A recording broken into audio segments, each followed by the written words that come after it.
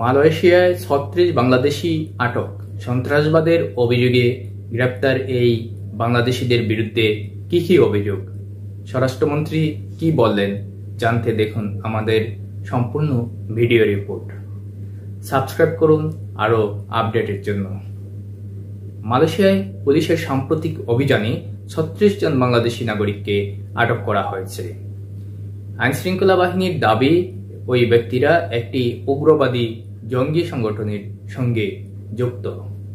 মালয়েশিয়ার স্বরাষ্ট্রমন্ত্রী ধাম্বুক সেরি সাইফুদ্দিন নাসুসন ইসমাইল জানান, সেলাঙ্গর ও জোহর অঞ্চলে ৩ ধাপে চালানো এই অভিযান শুরু হয়েছিল ২৪ এপ্রিল। অভিযুক্তদের মধ্যে ৫ জনের বিরুদ্ধে সন্ত্রাসবাদে সংশ্লিষ্টতার অভিযোগে শাহ আলম ও জোহর বারুর সেশন আদালতে মামলা হয়েছে। মন্ত্রী আরও জানান, ১৫ জনকে দেশে ফেরত পাঠানোর নির্দেশ জারি করা হয়েছে এবং ১৬ জনের বিষয়ে তদন্ত চলছে। গোয়েন্দা সূত্রের দাবি, এই চক্রটি মালয়েশিয়ায় আইএস মতাদর্শ প্রচার করছিল এবং নিজেদের কমিউনিটির মধ্যেই নিয়োগ সেল গঠন করেছিল।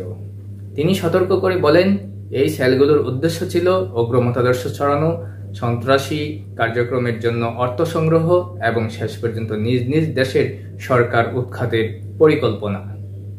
স্বরাষ্ট্রমন্ত্রী জোর দিয়ে বলেন, মালয়েশিয়া কখনোই কোনো বিদেশি উগ্রবাদী গোষ্ঠীর জন্য নিরাপদ আশ্রয়স্থল হতে দেবে না। দেশটিকে সন্ত্রাসী কর্মকাণ্ডের ঘাঁটি বা ট্রানজিট হিসাবে ব্যবহারের চেষ্টা করলে কঠোর পদক্ষেপ নেওয়া হলো। দর্শক, এই ছিল মালয়েশিয়ায় বাংলাদেশি আটক সংক্রান্ত সর্বশেষ খবর। আরও খবরের জন্য আমাদের সঙ্গেই থাকুন। সবাই ভালো থাকবেন, শুভকামনা সবার।